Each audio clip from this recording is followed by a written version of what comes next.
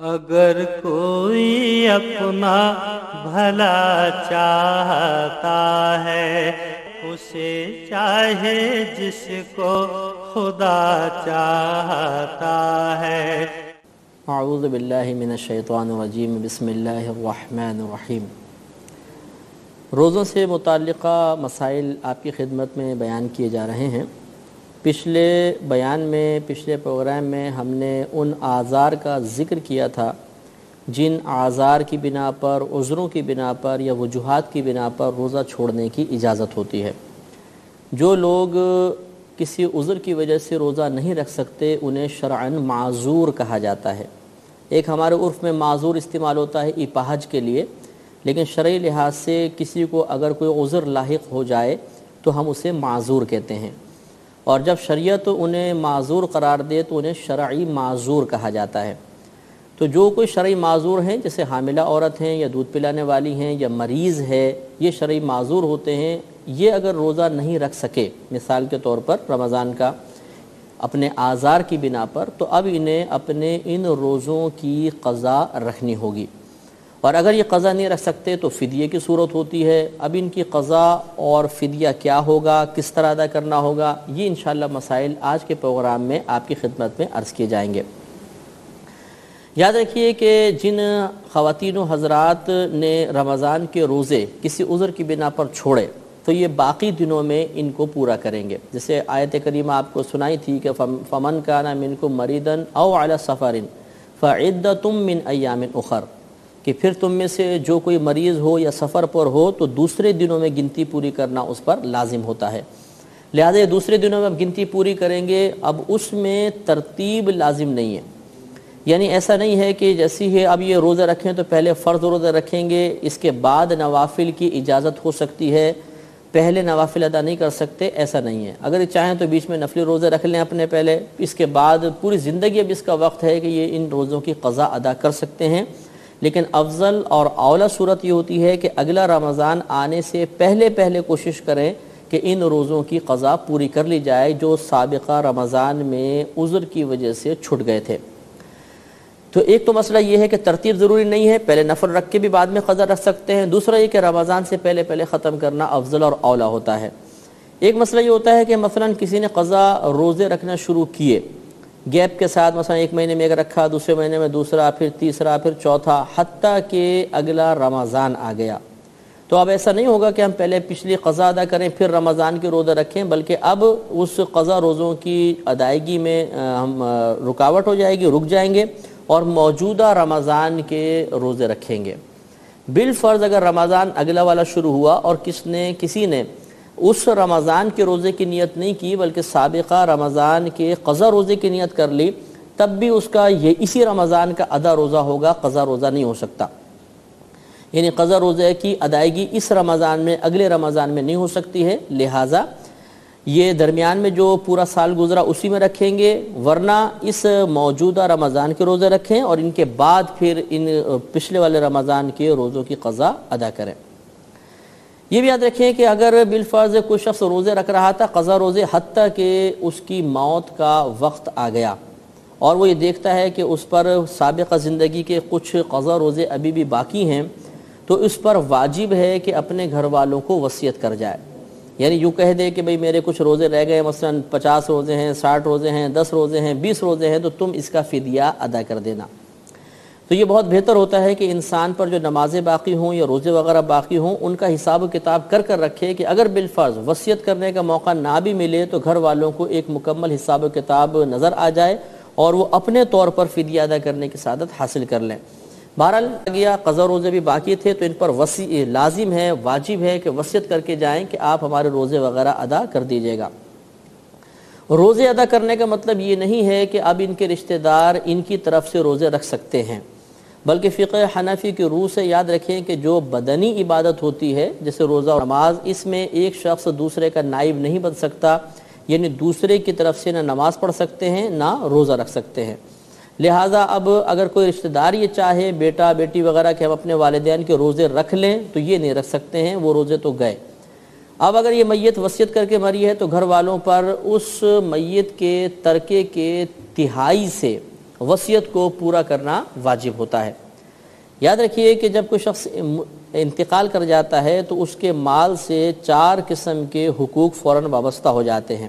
سب سے پہلے تو اسی مال سے کفن دفن کا انتظام کرنا ہوگا، نمبر 2 اگر قرضہ ہے تو وہ ادا کرنا ہوگا، پھر نمبر 3 یہ ہوتا ہے کہ اس مال کا تیسرا حصہ علیحدہ کر لیں۔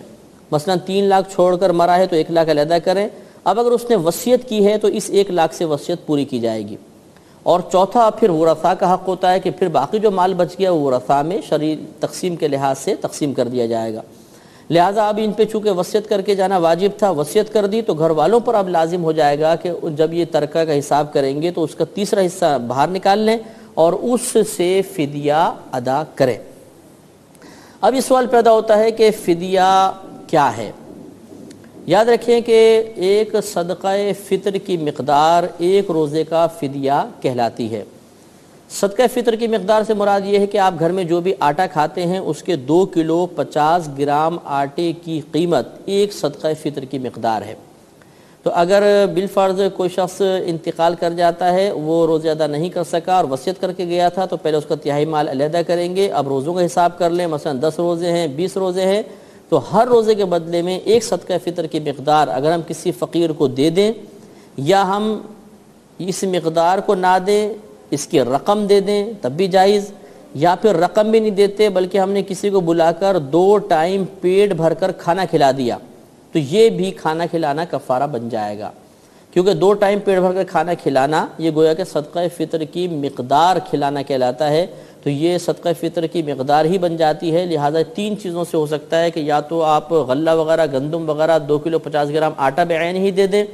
یا اس کے جتنا 2 کلو 50 گرام آٹے کی قیمت ہے وہ 1 روزے کے بدلے میں فدیہ دے دیں، یا تیسری صورت پھر یہی بنتی ہے کہ انسان کسی کو 2 ٹائم پیٹ بھر کر کھانا کھلا دے۔ اور یہ اچھی طرح یاد رکھیں کہ کھانا کھلانے میں کسی سامنے والے کو مالک بنانا ضروری نہیں ہے، بلکہ آپ نے گھر پہ بلایا کسی فقیر غریب کو اور اس کو 2 ٹائم پیٹ بھر کے کھانا کھلا دیا، یہ نہیں کہا کہ اس کو لے جاؤ یہ تمہارا ہو گیا، بلکہ کھلا لیا، اس کو شرعی لحاظ سے اباحت کہتے ہیں، کھانا مباح کر دینا، کھا لو آپ، انہوں نے کھا لیا تب بھی یہ فدیہ ادا ہو جائے گا۔ ایک صورت یہ ہے کہ مثلا کسی رشتہ دار کا انتقال ہوا اور وہ وصیت کر کے نہیں گئے تھے، ایسی صورت میں اب گھر والوں پر واجب تو نہیں ہے کہ تہائی مال سے ان کی وصیت پوری کریں، لیکن یہ سعادت کی بات ہے کہ اپنے والدین کو، اپنے رشتہ دار کو اللہ تبارک و تعالیٰ کی گرفت سے بچانے کے لیے اور میدان محشر میں ان کی عزت کے لیے اور کامیابی کے لیے اپنے پاس سے فدیہ ادا کر دیں، تو یہ بہت اچھے احسان کی صورت ہوگی اور اللہ تبارک و تعالیٰ اس کا بہترین اجر عطا فرمائے گا۔ ایک ہم نے پیچھے مرض بیان کیا تھا، عذر بیان کیا تھا، بڑھاپا۔ بڑھاپے سے مراد کیا ہے، اس کے مسائل، اور یہ چونکہ اس میں کئی مسائل تھے اس لیے میں نے اس کو علیحدہ رکھا ہے کہ اگر کوئی بوڑھا شخص ہے اور اس کا بڑھاپا ایسا ہے کہ اگر وہ روزہ رکھے گا تو شدید اذیت و تکلیف میں مبتلا ہو جائے گا اور اس شخص کے اب مزید ضعف سے باہر آنے کی کوئی امید نہیں ہے، کمزور سے کمزور تر ہوتا چلا جا رہا ہے، تو ایسے بوڑھے کو شریعت میں شیخ فانی کہتے ہیں۔ شیخ کہتے ہیں بوڑھے کو، اور فانی مانے جو بالکل فنا کے قریب ہوتا ہے، تو شیخ فانی کہتے ہیں۔ ان کے لیے اجازت ہوتی ہے کہ یہ روزہ نہ رکھیں۔ اب یاد رکھیں کہ پچھلے جتنے ہم نے عذر بیان کیے، جتنے معذورین بیان کیے، ان سب کے لیے لازم ہے کہ زندگی میں روزہ رکھیں گے، موقع نہ ملے تو پھر مرنے کے بعد وہ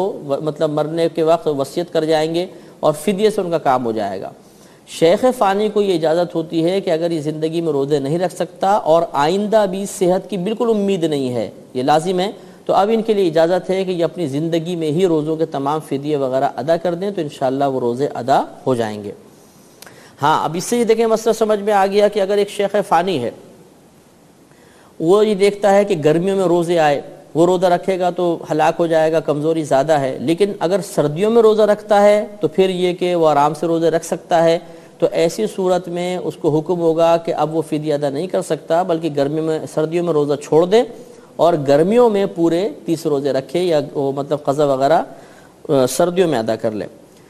تو یعنی اگر گرمیوں کا روزہ لمبا روزے ہوتے ہیں تو سردیوں میں وہ رکھے گا، کیونکہ اگر ہمت ہے تو پھر رکھنا ہی پڑے گا، پھر فدیہ کافی نہیں ہے، اور اگر رکھنے کی بالکل ہمت نہیں ہے، نہ آئندہ صحت کی امید ہے، تو پھر فدیہ کام کر جائے گا، زندگی میں فدیہ ادا کر سکتے ہیں۔ ایک مسئلہ یہ بھی یاد رکھیں کہ مثال کے طور پر شیخ فانی نے محسوس کیا کہ میں اب کبھی صحت مند نہیں ہو سکتا، مرض بڑھتا جا رہا ہے، مطلب بڑھاپا بڑھتا جا رہا ہے اور دیگر امراض بھی ساتھ میں ہیں، اور انہوں نے اپنے روزوں کا فدیہ ادا کر دیا۔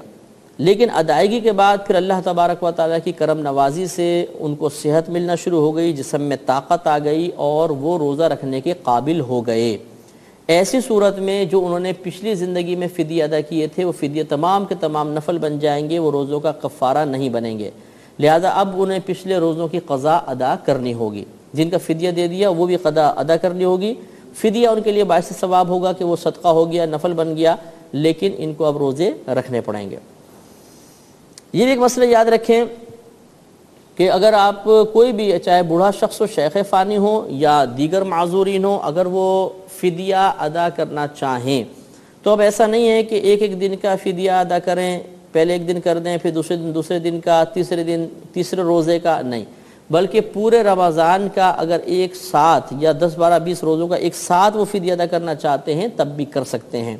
مثال کے طور پر 10 مسکینوں کو بٹھایا، انہیں 2 ٹائم پیٹ بھر کے کھانا کھلا دیا تو 10 روزوں کا فدیہ ہو جائے گا، یا 30 روزوں کے جو فدیہ بنتا ہے فی روزہ 2 کلو 50 گرام آٹے کی قیمت جو تقریباً اس دور میں عموماً 25 سے 30 روپے بن جاتی ہے، تو مثال کے طور پر پورے 30 روزوں کے انہوں نے اماؤنٹ نکالا اور جتنا تھا ایک ساتھ کسی فقیر کو دے دیا تو پورے 30 روزوں کا فدیہ ادا ہو جائے گا۔ آخر میں یہ مسئلہ عرض کر دیتا ہوں کہ بعض ہماری بہنیں یہ سوال کرتی ہیں کہ اگر شوہر رمضان کے روزہ رکھنے سے منع کرے تو کیا یہ عذر بن سکتا ہے کہ نہیں، اور روزہ چھوڑنے کی اجازت ہوگی یا نہیں ہوگی؟ تو یاد رکھیں کہ شوہر کی اطاعت اسی صورت میں کی جائے گی جب اس کا حکم اللہ تبارک و تعالیٰ اور اس کے رسول کریم صلی اللہ علیہ وسلم کے حکم کے خلاف نہ ہو۔ اگر ان کے خلاف ہوگا تو اللہ اور اس کے رسول کے حکم کو فوقیت ہوگی اور شوہر کا کہنا نہیں مانا جائے گا۔ لہٰذا فرض روزوں میں اگر شوہر حکم دے گا تو عورت بالکل اطاعت نہ کرے بلکہ وہ روزے رکھے گی۔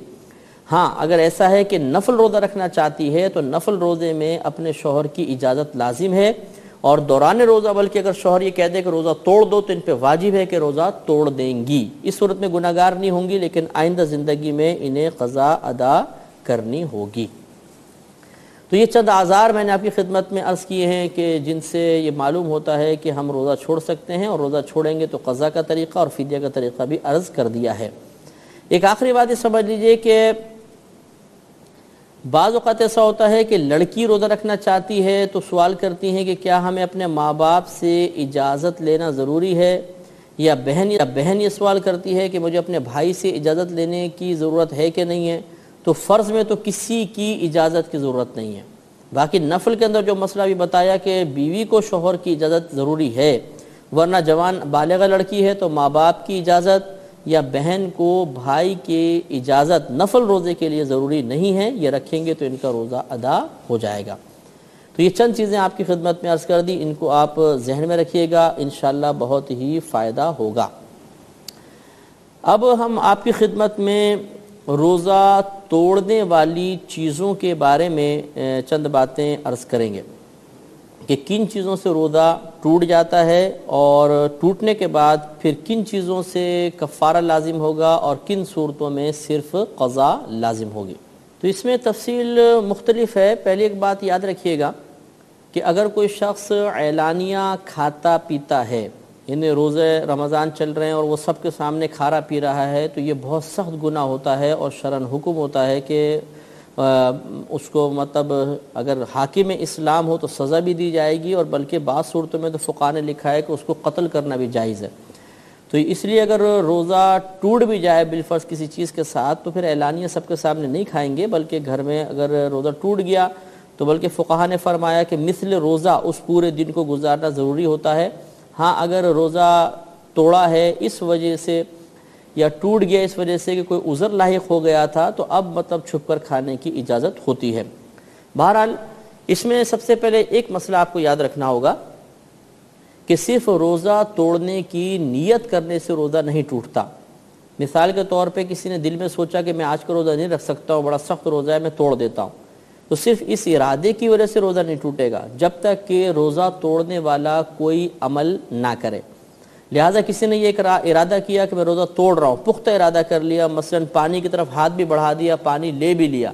پھر دل میں خیال آیا کہ نہیں چلے تھوڑی مشقت تو ہے، پورا کر ہی لیتا ہوں، پتہ نہیں یہ روزہ پھر بعد میں ملے نہ ملے، اور وہ رک گئے، تو اب گھبرانے کی ضرورت نہیں ہے کہ پختہ ارادہ کرنے کے بعد جب تک انسان عمل نہیں کرے گا تب تک اس کا روزہ نہیں ٹوٹے گا۔ اب یاد رکھیں کہ اس کے مسائل بہت کثیر ہیں کہ کن چیزوں سے روزہ ٹوٹتا ہے، کن چیزوں سے نہیں ٹوٹتا، لیکن ہم ان کو یاد کریں گے یا مسائل کو سمجھیں گے کچھ اصولوں کے ساتھ تاکہ ہر قسم کا مسئلہ حل کرنے میں آسانی رہے۔ تو یاد رکھیے کہ روزہ توڑنے کے 3 اسباب ہوتے ہیں، 3 سبب ہوتے ہیں۔ ایک تو ہوتا ہے انٹر کورس کرنا، جس کو مطلب یہ بیوی سے قربت کر لینا مثال کے طور پر، یا قربت کے علاوہ کسی بھی ذریعے سے انسان کے بدن سے مطلب اس پہ غسل کا واجب ہو جانا، لیکن اس کی صورتیں میں آپ کو بتاؤں گا۔ ایک سبب بہرحال یہ ہو سکتا ہے کہ زوجہ سے قربت یا غسل کا واجب ہو جانا۔ دوسرا ہوتا ہے جسم کے سوراخوں کے ذریعے کسی چیز کو اندر لے جانا،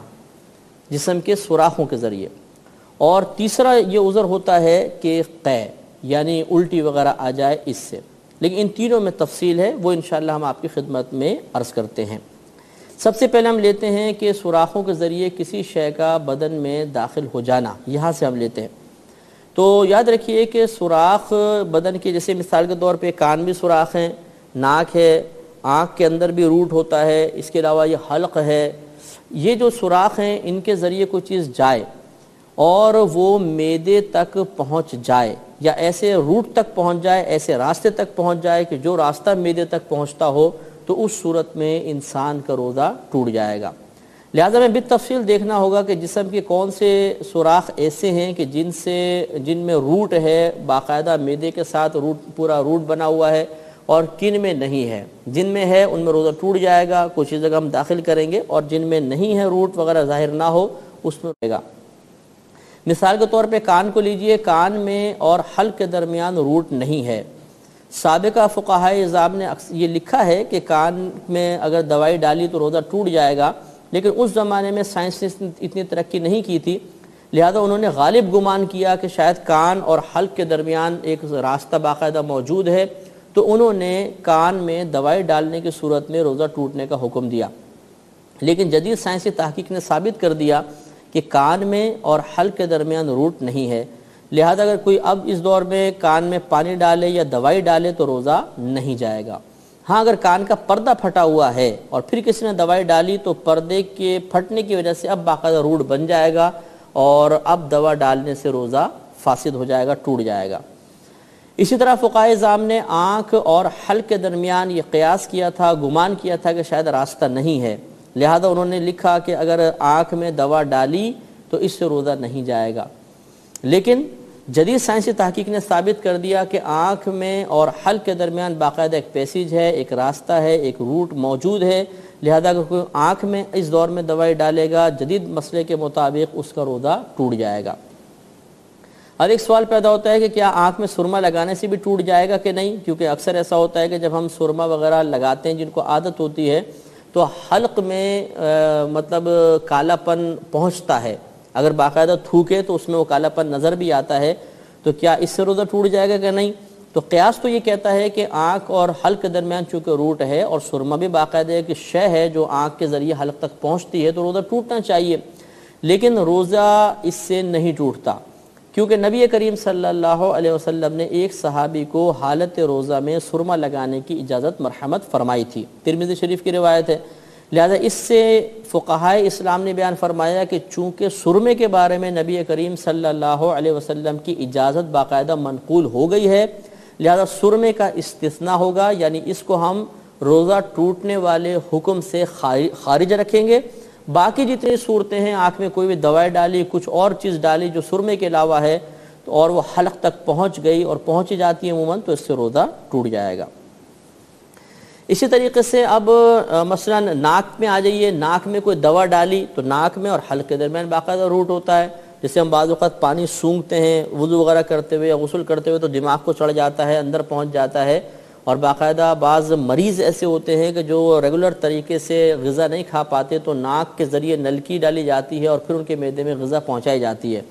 تو یہ باقاعدہ ایک ناک اور حلق کے درمیان روٹ ہوتا ہے، لہذا اگر کسی نے ناک میں دوائی ڈالی تو یہ سوراخ کے ذریعے اندر پہنچ گئی، لہذا روزہ ٹوٹ جائے گا۔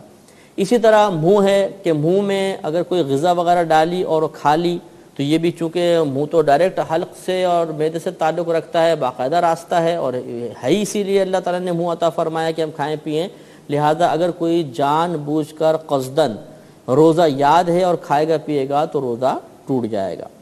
ابھی ہم اس پہ کلام نہیں کر رہے کہ ٹوٹنے پر قضا لازم ہوگی یا کفارہ لازم ہوگا، یہ آگے انشاءاللہ مسائل بتائیں گے۔ فی الحال اتنا بتائیں گے کہ کن سے روزہ ٹوٹ جاتا ہے اور کن سے روزہ نہیں ٹوٹتا۔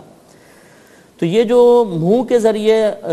جو روزے ٹوٹتے ہیں اس پہ تھوڑی سی تفصیل ہے، اور یا منافذ کے ذریعے آپ کہہ لیں مزید تفصیل ہے، میں عرض کرتا ہوں، یہ ذرا غور سے سماعت فرمائیں۔ ایک تو دیکھیں سوراخ کے ذریعے روزہ ٹوٹنے کی صورت آپ کو بتائی کہ ناک میں دوا وغیرہ ڈالی تو ٹوٹ جائے گا، دوسرا منہ میں کچھ کھایا اور حلق کے اندر سے اتر گیا تو روزہ ٹوٹے گا، تیسری اس میں مسئلہ یہ ہوتا ہے کہ مثال کے طور پر آپ نے کوئی چیز کھائی تھی، وہ داڑھوں میں جمی ہوئی تھی حتیٰ کہ سحری کا وقت بند ہو گیا۔ مثال کے طور پہ آپ روٹی کھا رہے تھے کہ سحری اپنے ٹائم دیکھا، بالکل چند سیکنڈ رہ گئے تو آپ نے ہاتھ روک لیا اور کلی وغیرہ بھی کی، لیکن دانتوں میں یا داڑھوں کے اندر کوئی غذا رہ گئی، اور پھر مطلب جب روزہ بند ہو گیا تو وہ تھوک کے ساتھ اندر پہنچ گئی، یا آپ نے کوئی مطلب ہڈی وغیرہ چبائی تھی یا بوٹی چبائی تھی، وہ دانتوں میں پھنسی ہوئی تھی اور وہ روزہ بند ہونے کے بعد وہ حلق سے نیچے اتر گئی، پیٹ میں چلی گئی، تو اس سے روزہ ٹوٹتا ہے یا نہیں؟ تو یاد رکھیں کہ اگر دانتوں میں کوئی چیز موجود ہو اور حالت روزہ میں انسان اس کو معدے میں اتار لے تو اب یہ دیکھا جائے گا کہ کیا وہ چیز چنے کے برابر تھی یا نہیں۔ اگر چنے کے برابر یا زیادہ تھی تو روزہ ٹوٹ جائے گا، اور اگر چنے کے دانے سے کم تھی، جیسے عموماً بوٹی کے ریشے ہوتے ہیں یا روٹی کے ذرے وغیرہ دانتوں میں جم جاتے ہیں تو ان سے روزہ نہیں جایا کرتا۔ ایک صورت ہوتی ہے دھواں پہنچانے کی، کہ مثال کے طور پر آپ کہیں سے گزر رہے تھے، کوئی بس نے دھواں چھوڑا، وہ ناک کے ذریعے اندر چلا گیا، تو کیا اس سے روزہ ٹوٹتا ہے یا نہیں ٹوٹتا؟ تو اچھی طرح یاد رکھیں کہ بہرحال دھواں سوراخ کے ذریعے ہی اندر جا رہا ہے، حکم تو یہ تھا کہ منافذ کے ذریعے کوئی شے اندر جائے تو روزہ ٹوٹنا چاہیے، لیکن یہاں پر شریعت نے ایک قید لگائی ہے، اگر کسی نے جان بوجھ کر قصدن دھوئیں کو اپنے اندر تک پہنچایا تو اس کا روزہ ٹوٹے گا، اور جان بوجھ کر نہیں کیا تو روزہ نہیں جائے گا۔ اب مثال کے طور پہ اسے مسئلہ حل ہوا، کسی نے سگریٹ پی تو چونکہ جان بوجھ کر دھواں اندر پہنچانا ہے روزہ ٹوٹ جائے گا، حقہ پیا روزہ ٹوٹ جائے گا، سگار وغیرہ یوز کیا تو پھر بھی روزہ ٹوٹ جائے گا۔ چاہے وہ شخص یہ کہے کہ میں نے تھوڑا سا کش لیا تھا اور اندر نہیں لے کر گیا ہوں، دھواں میں فوراً باہر نکال دیا تھا، تو دھواں اتنی لطیف اور اتنی مطلب نرم شے ہے کہ یہ آپ تھوڑا سا بھی پئیں گے تو فوراً اپنا روٹ بناتا چلا جاتا ہے اور آگے تک پہنچ جاتا ہے، تو یہ ضرور اندر اتر جائے گا چاہے ہمیں معلوم ہو یا نہ ہو۔ لہٰذا دھوئیں سے یعنی سگریٹ سے اور حقے سے کیونکہ جان بوجھ کے دھواں اندر پہنچانا ثابت ہو رہا، روزہ ٹوٹ جائے گا۔ اگر جان بوجھ کر پہنچانا نہ ہو تو پھر روزہ نہیں جائے گا۔ مثال کے طور پہ اگربتی سلگا دی،